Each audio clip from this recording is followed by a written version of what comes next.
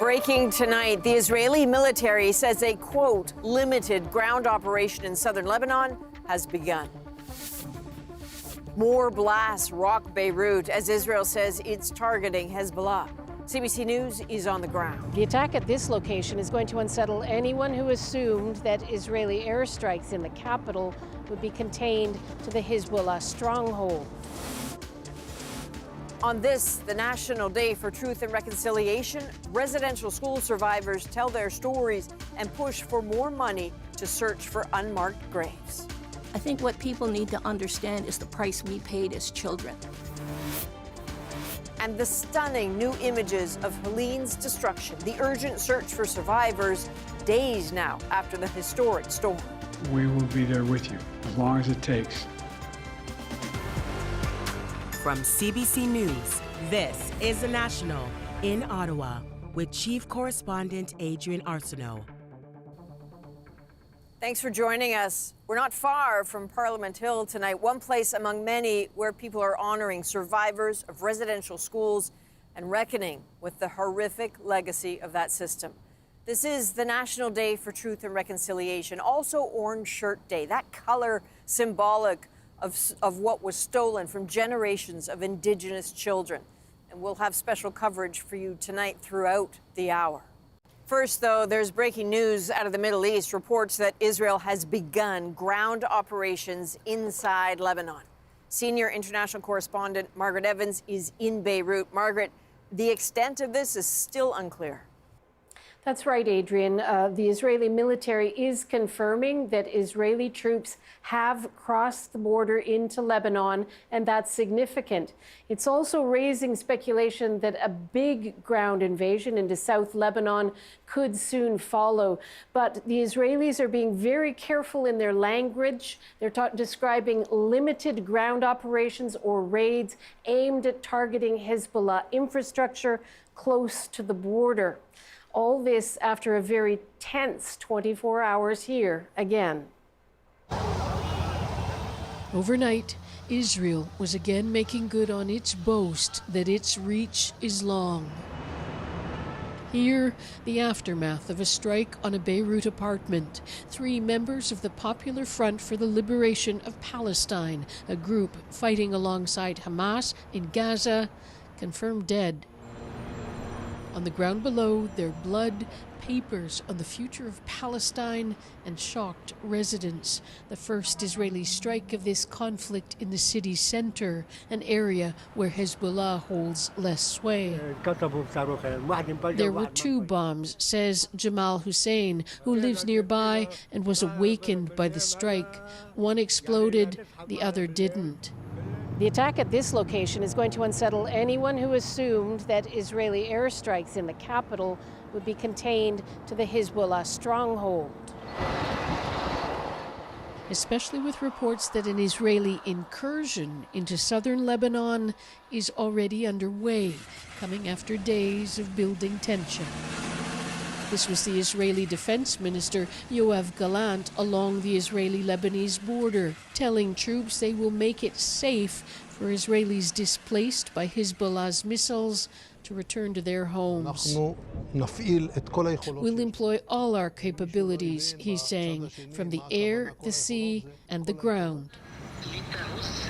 In Lebanon, people tuned in to hear a message from Hezbollah's deputy commander, the first from the militant group since the decimation of its top leaders, including Hassan Nasrallah. If the Israelis decide to enter by land, says Naim Qassem, the resistance forces are ready for a ground engagement.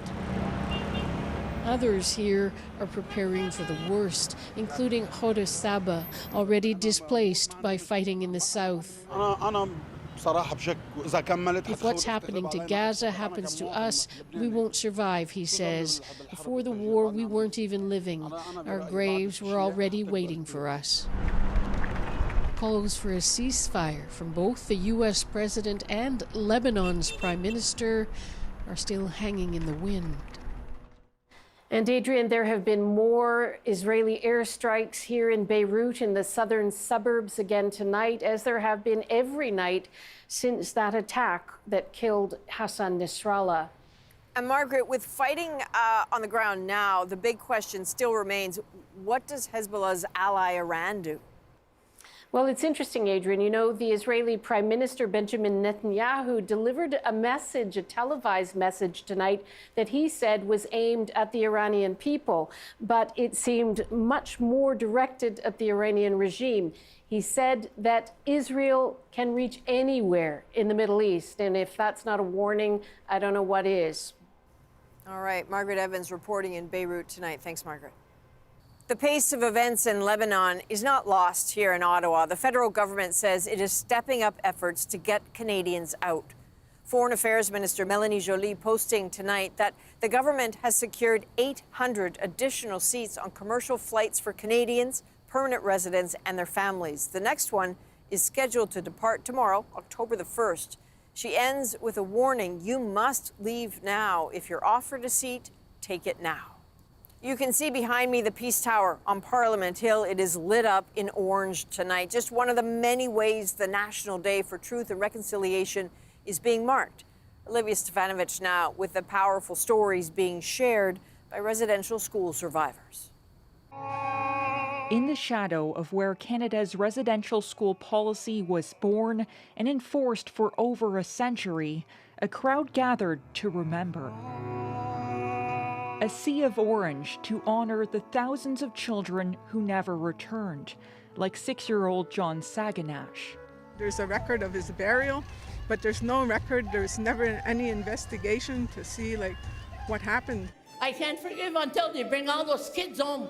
Survivors call out the churches that claim to educate and protect them. They hid behind their robes, their black robes. That's where they were hiding. They were pretending to be working for the Creator or God or whatever you want to call him. They weren't working for him.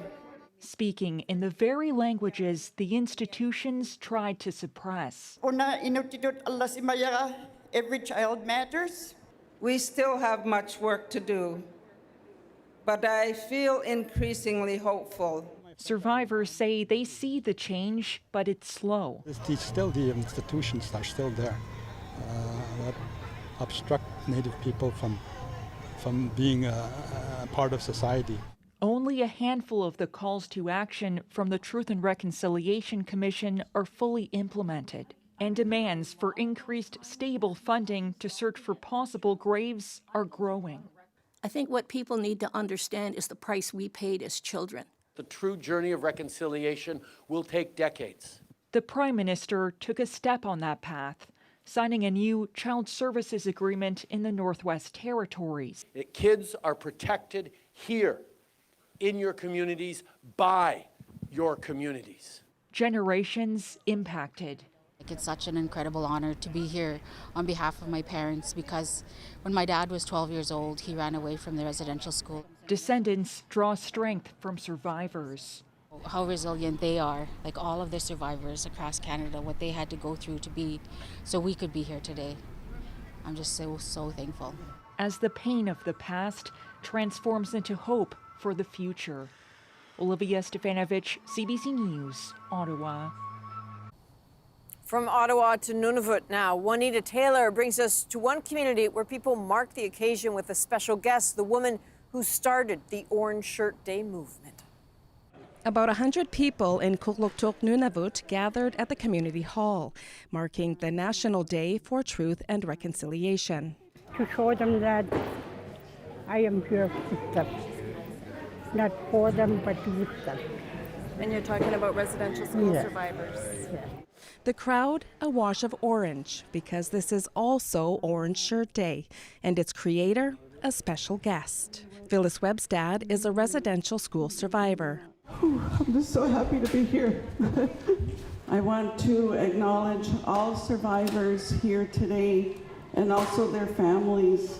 She was 6 years old when she was sent to the St. Joseph Mission Residential School near Williams Lake, BC. That's when a gift from her grandmother, an orange shirt, was taken from her on the first day of school. I could be sick or tired or hungry. It felt like I did not matter. What began as a grassroots movement for Webstad has become a personal mission, founding the Orange Shirt Society.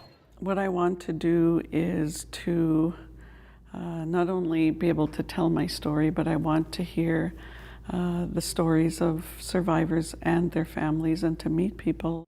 Children sent to residential schools also lost much of their cultures, languages, and connections to families. This survivor says he is not a white man, something residential school tried to make him into. Inuit were sent to schools and places across the north, first established by the missionaries. So for many, having Phyllis Webstad here in this westernmost hamlet in Nunavut is bringing hope. I feel like it's very fitting that Phyllis would join us here in this Inuit community, because the Inuit people, as I know them, are among the most resilient and supportive, and to me that's also describing Phyllis. Webstad says she plans to continue traveling across Canada to keep the conversation going about the legacy of residential schools. Next year, she plans on marking Orange Shirt Day in Manitoba. Juanita Taylor, CBC News, Kugluktuk, Nunavut. Now, the conversations and memories this day draw out can be especially tough for people personally affected by residential schools. And so a reminder, there is somewhere you can turn. The 24-hour National Indian Residential School Crisis Line can be reached at 1-866-925-4419. And a little later, my conversation with Anishinaabe author and producer Tanya Talaga about where this country is on its journey of reconciliation. Why has it taken so long for change to happen? We need a greater political will. Our coverage of the National Day for Truth and Reconciliation continues in just a few minutes. Now, the full scale of devastation left in the wake of Hurricane Helene is becoming clearer tonight. More than 100 people are dead, hundreds more still unaccounted for. Paul Hunter now on the desperate situation unfolding across multiple U.S. states. The jaw-dropping images of Helene's aftermath almost defy description. The devastation is so widespread, spanning multiple states in the U.S. Southeast, leaving misery and ruin effectively everywhere. It's just really horrifying. It was just unrecognizable when we were going around just looking to see if anybody was okay. I drive those roads all the time and I just couldn't even picture where we were. It's a total mess. People have been swept away. Business have been ruined. Lives have been lost. It's absolutely insane, to be honest. Folks are in shock. Esther Mannheimer is the mayor of Asheville, North Carolina, a city of 90,000 set in the mountains, hit with catastrophic flooding. There are neighborhoods where every other house has a tree on it or through it.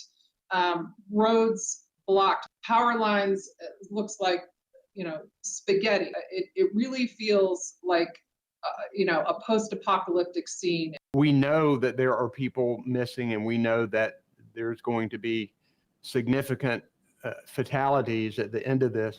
Indeed, hundreds remain unaccounted for.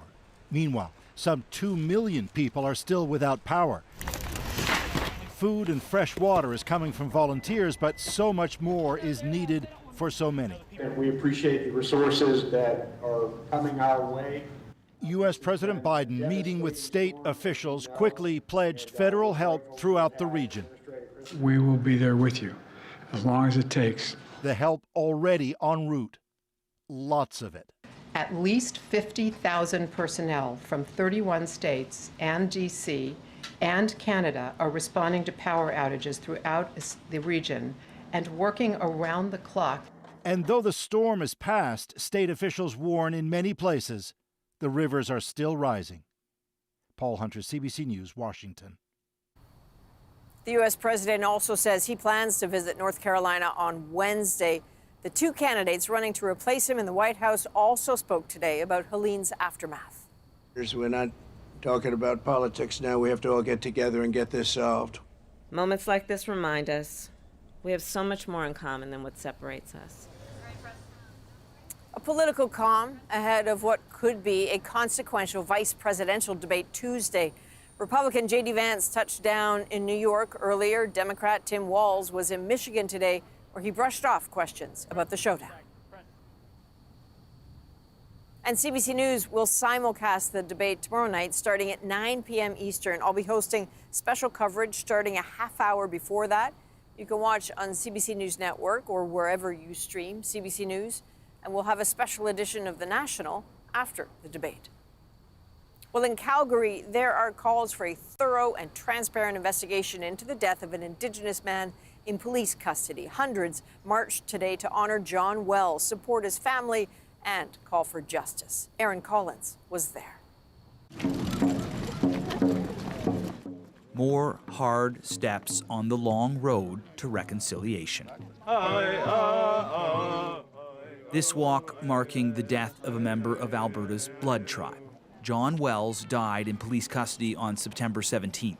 The 42-year-old tackled, punched, and tasered by police outside this Calgary hotel. His community struggling to come to terms with his death, gathering here today. We have sorrow, grief, loneliness, just wanting John to be here. Wells' family questioning the aggressive tactics used by police. We want to know, why was there so much force? Was there a reason for it? The independent agency that investigates police conduct in Alberta is looking into the death. Wells had been asked to leave this hotel by a single police officer. In a statement, Alberta's Serious Incident Response Team says he began to leave with his hands raised while stating to the officer, "I don't want to die." But when two more officers arrived, the interaction turned physical, and 3 officers and the male are involved in a physical altercation with various uses of force resorted to by the officers. Wells, at least the 7th Indigenous person to die in Canada after interacting with police in the space of a month. A rash of deaths that sparked an emergency debate in Parliament the day before Wells' death. We need to do a better job calling for accountability. Back in Alberta, Blood Tribe leadership hoping for change. The pain and death that our people suffer at the hands of authority. They are supposed to protect us. For many marching today, John Wells' death a step back from reconciliation. The focus for now on getting to the truth. Aaron Collins, CBC News, Calgary. On the final day of the Major League Baseball regular season, news about one of its greatest and most controversial players, Pete Rose, has died. He leads it off here in Game 5, and he hits a high drive into deep right. That one's way back, and it is gone. Pete Rose still holds the MLB record for most career hits. Known as Charlie Hustle, he famously bowled over a catcher at home plate during an All-Star game. After he retired, he was banned for life for betting on baseball games. His denial of a place in the Hall of Fame never rescinded. Pete Rose was 83. And basketball fans are in mourning tonight following news of the death of NBA Hall of Famer Dikembe Mutombo. Payton, blocked by Mutombo. Known for his shot blocking and that trademark finger wag, Mutombo was regarded as one of the best defensive players of all time. Born in the Democratic Republic of the Congo, he spoke 9 languages and was the NBA's first global ambassador. The league announced that he died from brain cancer. Everything you see as big as he is, his heart was bigger. In an emotional address praising his humanitarian work, Masai Ujiri called Mutombo an African hero. Dikembe Mutombo was just 58. In the UK tonight, energy from coal is now officially part of the past. It's a good thing that it's going, and it's a good thing that the UK is leading the way. Why some say other countries need to catch up fast. Next. And women on the rise in an industry dominated by men. I think people are just sick of hearing stories about men. New coming-of-age movies hit the big screen. Plus, pain and healing on the road to ancestral lands. I'm really mad about what they took away. An emotional journey home. We're back in 2.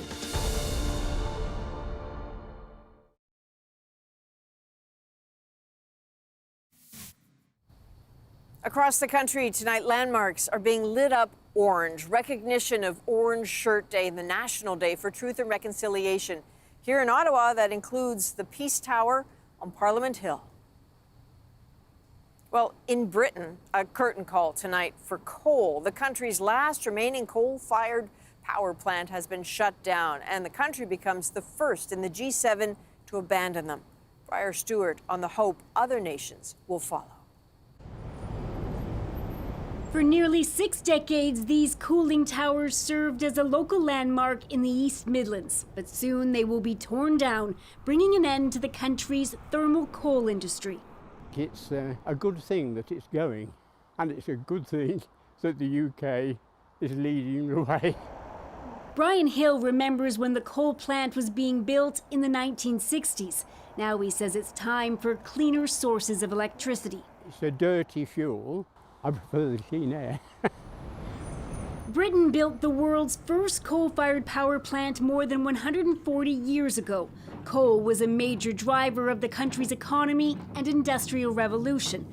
By the 1990s, it generated 80% of the country's electricity. But since then, there's been a dramatic shift towards other energy sources. The plant was originally slated to close in 2022, but Russia's invasion of Ukraine triggered a European-wide gas crisis. Under an agreement with the government, the plant stayed open until now. It will take 2 years to be decommissioned.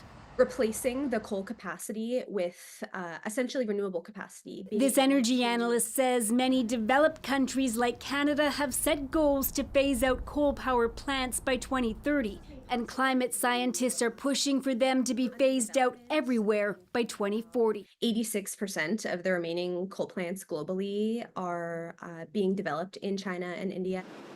Global coal use reached an all-time high last year, but analysts expect it will start to decline as China invests more heavily in renewables.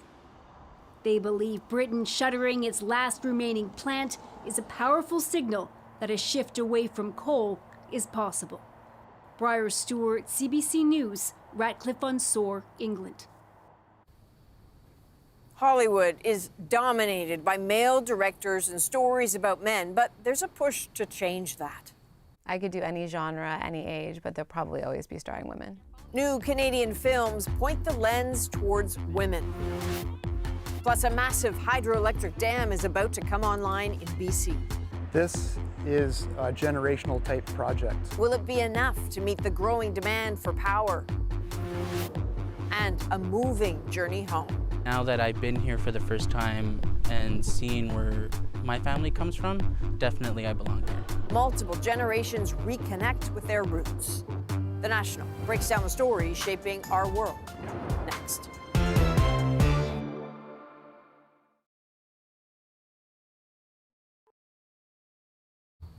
Canadian filmmakers are bringing a female perspective to a very familiar genre. The coming-of-age tale is usually all about boys becoming men. Actor Dikembe shows us the women carving out a space for their stories.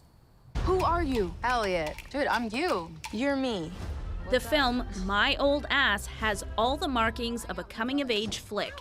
A dash of nostalgia, a helping of a loss of innocence, friends, family, and love interests in the mix. The twist, a teenage protagonist tripping on mushrooms faces her future self. Because I wrote the movie, there's like a piece of me in all the characters.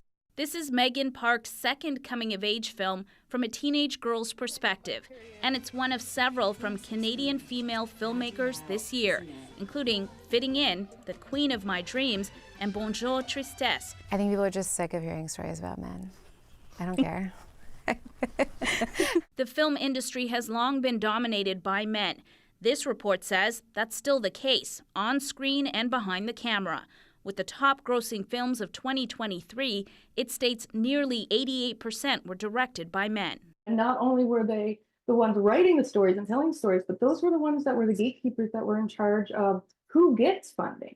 But this filmmaker knows audiences want more. She heard it in the response to her 2022 film, Night Blooms. Some of the feedback we got was women, mostly women my age, saying, I've seen so many stoner bro movies. It's nice to see some stoner girls in a movie for once. It's really nice to see different ways of understanding what coming of age means. Still, this culture critic challenges the industry to keep the genre growing. There's always room to grow in terms of more racialized stories, more queer stories, more Indigenous stories. I think being able to zero in on specificity and understanding that there is a relatability in those specific experiences is so exciting and interesting. I thought I'd be happier at 40.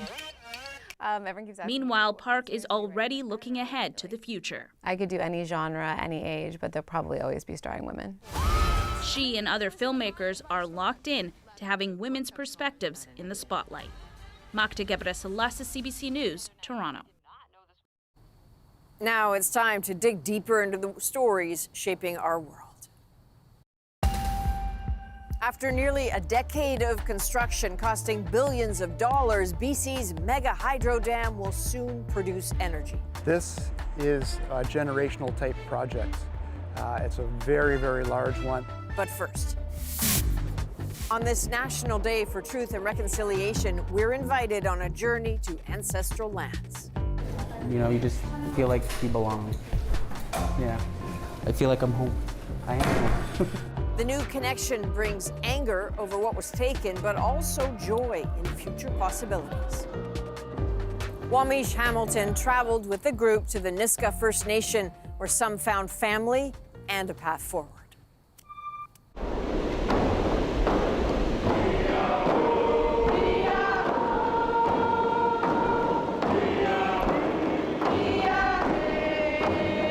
These Nisga'a are heading home, pulled back to the Nass Valley by a very old instinct. Some are returning after they were taken as children. Some moved away with family long ago. Others were born elsewhere, never setting eyes on the place they're from. Justin Lawrence takes it all in.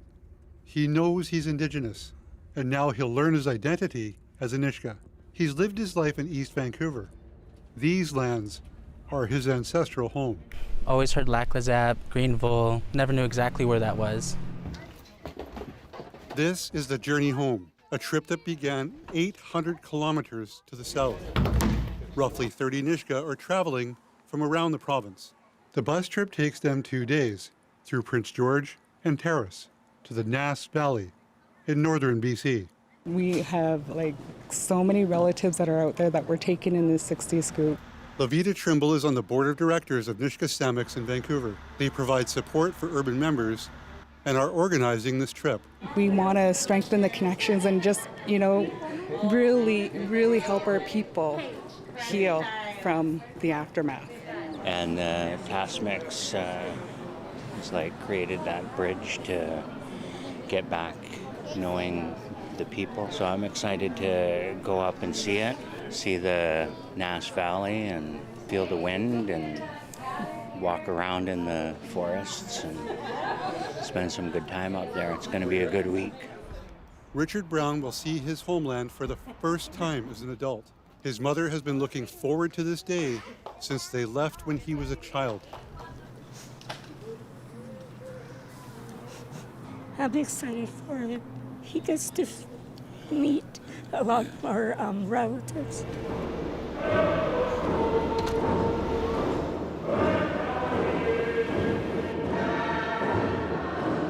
Growing up disconnected from that, it just didn't have any bridge to it.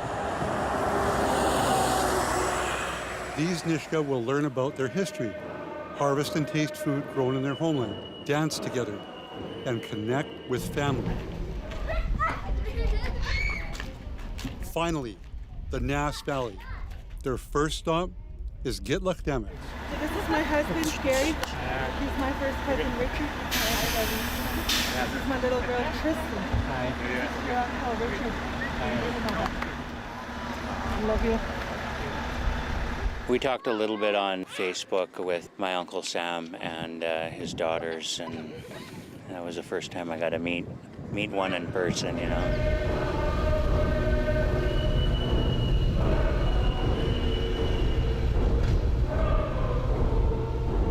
people who are on this journey range in age from children to adults, and in some cases, grandparents. People who have lived away disconnected from their homes, families, culture, and tradition for years, decades, and in some cases, even generations. The questions that they come here with are the same ones you're taught about when you're an Indigenous child. Who am I? Where am I from? Who's my family? Who are my people? The answers to those questions are profound to one's Indigenous identity, no matter where you're from. Only made with beef meat, or can it be moose meat? Yeah! Justin only knows city life. His mother was a 60s scoop victim, so his family tree was a mystery. He always felt like he belonged somewhere. Now he's discovering it's here. Like, how does it feel to be in the place where this was all born? Lots of community, you know, you just feel like you belong. Yeah, I feel like I'm home. I am home. Welcome home. Justin and Richard are finding the rhythm of their Nisga'a culture as Richard takes his first steps to the drum beat. Justin records the moment for his mom. While she'll return south, he wants to stay for good. Now that I've been here for the first time and seeing where my family comes from, definitely I belong here.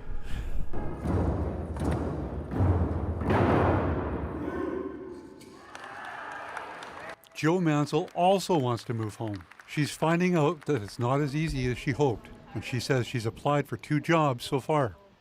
I'll keep applying and keep reaching out to meet different family members, yeah. Adopted during the 60s scoop, she grew up in Kelowna, where she still lives. I'm really mad about what they took away and the opportunities to know and understand my culture and my language, and for my children to know that too. I didn't grow up on a reserve, so I kind of always felt like I didn't belong. Kind of pissed about it, really. But the other side of it, I've been excited to be here. Yeah. Amid the pain, for Jo, an unexpected, uplifting moment along the way. She meets a relative, a family tree, and Jo's place in it. And it's nice to have it, like I can see it visually. Yeah. They are cousins. Rosalie Vickers returns in the summer and keeps these handwritten notes of her relations, which now include Jo. I'll tell you, this is where Joshua, he's the brother of my yet friend. This trip has been life-altering for these Nisga'a who have come home for the first time. Like salmon, they have an inner need to return to a specific creek and no other. They came with questions that needed answers. The statement we consistently heard was, "I'm home. I know I belong."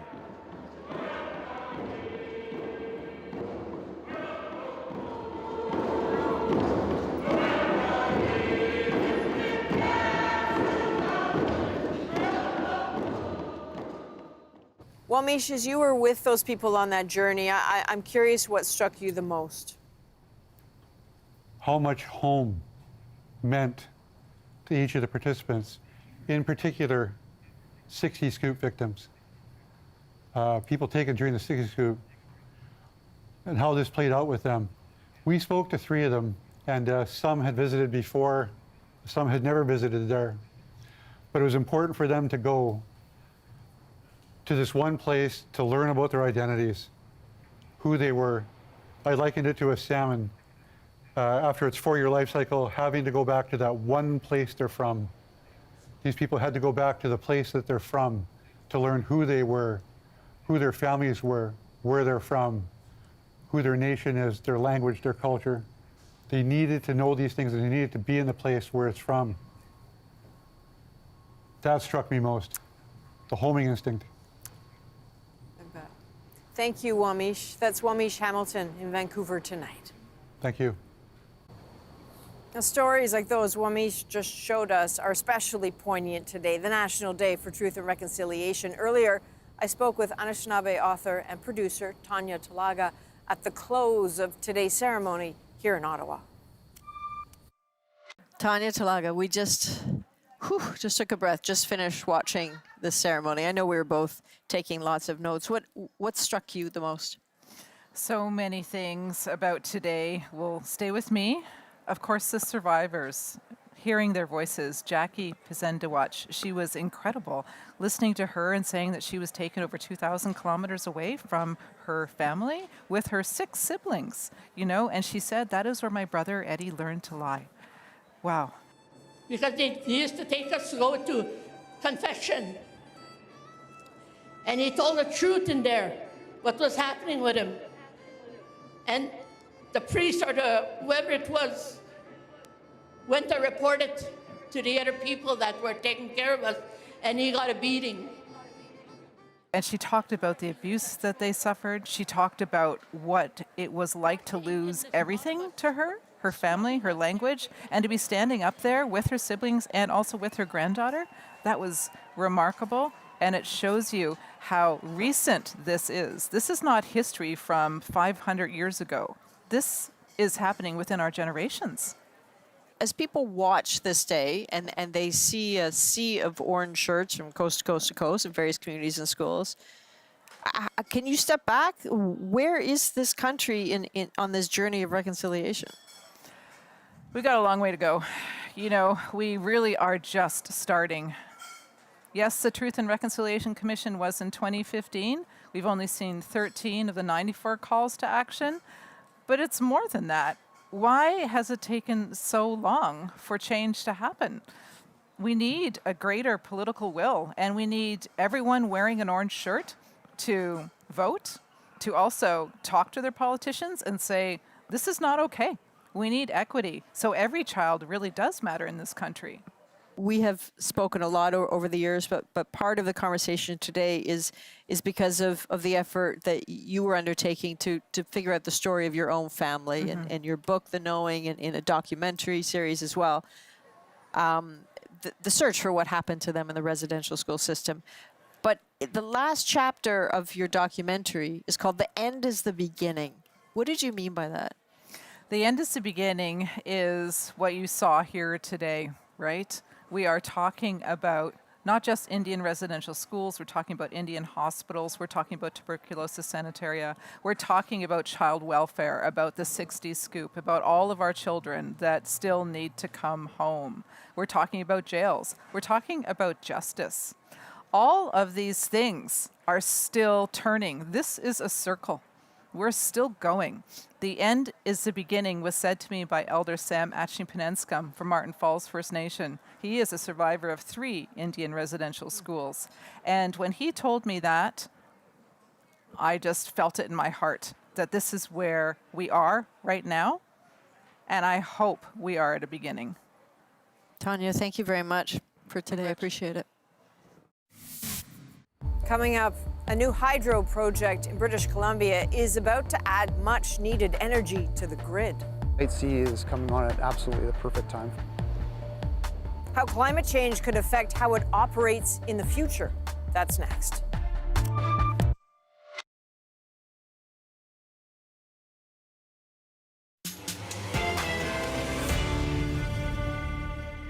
As demand for energy surges in British Columbia, a mega hydroelectric project is set to open. The whole push for electrification, which really means that we need more power on the system. But there is a twist. The source of the power that drives it is drying up. And that will create new challenges for supply in a province that has long relied on water for energy. Lindsay Duncombe takes us up close to the project. It's huge. Yeah, these are 10 meters in diameter. These. The demand for electricity in British Columbia is growing so fast, even water flowing through these giant structures won't be enough. Construction manager Chris Waite spent 8.5 years working on this project. This is a generational type project. It's a very, very large one. This is Site C, likely the last major hydroelectric dam in British Columbia. It took a decade to build and cost $16 billion. Building dams creates flooding, destroying farmland and traditional territory. This project went forward after decades of opposition and an undisclosed settlement to the First Nation here. Big costs for much-needed power. The whole push for electrification, which really means that we need more power on the system. And so Site C is coming on at absolutely the perfect time for that. When Site C is fully online, it will increase BC's power generation by 8%. That's enough to power close to 500,000 homes, but it's not enough to keep up with increasing demand.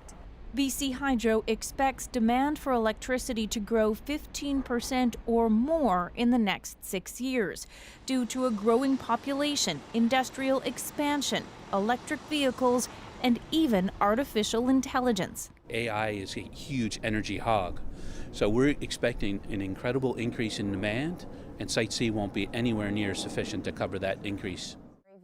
Andy Hira runs the Clean Energy Research Group at Simon Fraser University. He says another problem, climate change, can mean less water. Less water means less energy.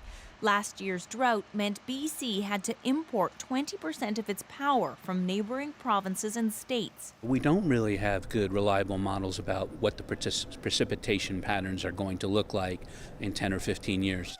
Margareta Dovgall studies climate change and energy.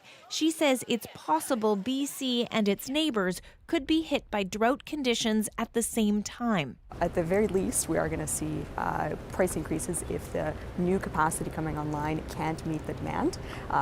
Possible as well that we see things like brownouts. BC Hydro says it plans for fluctuations and will announce new renewable projects later this year, according to CEO Chris O'Reilly.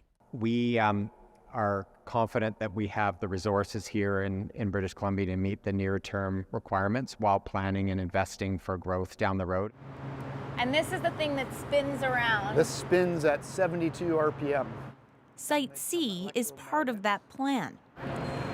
This is our last one, unit number 6. Once these final giant rotors are in place, it will begin to deliver power in December. It's expected to operate for more than 100 years, through whatever changes the next century brings. Lindsay was told BC Hydro is currently reviewing 21 new clean energy proposals. Successful projects will be known by year end, with hope that they will be operational as soon as 2028. When we come back, we'll take another look at today's ceremonies across the country as we mark the National Day for Truth and Reconciliation. This is reconciliation, and this is healing. From Atlantic Canada to British Columbia, that is next.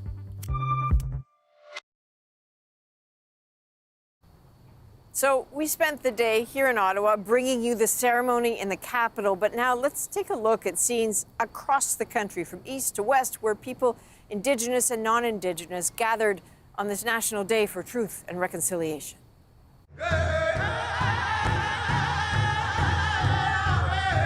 We come together with that one heart, that one mind, one spirit, and that one voice to give honor and to give thanks to our Creator.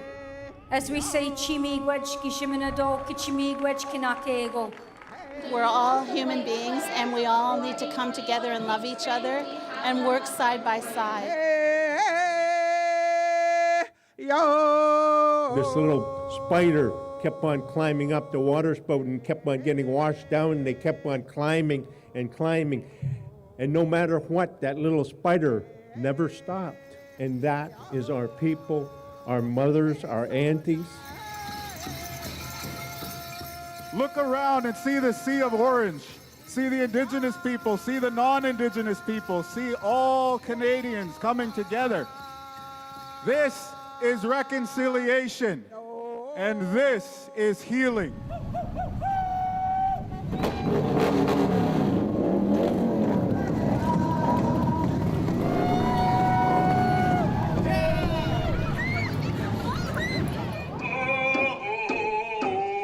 We thank you, ancestors, for hearing this beautiful prayer from all of our hearts. Miigwech.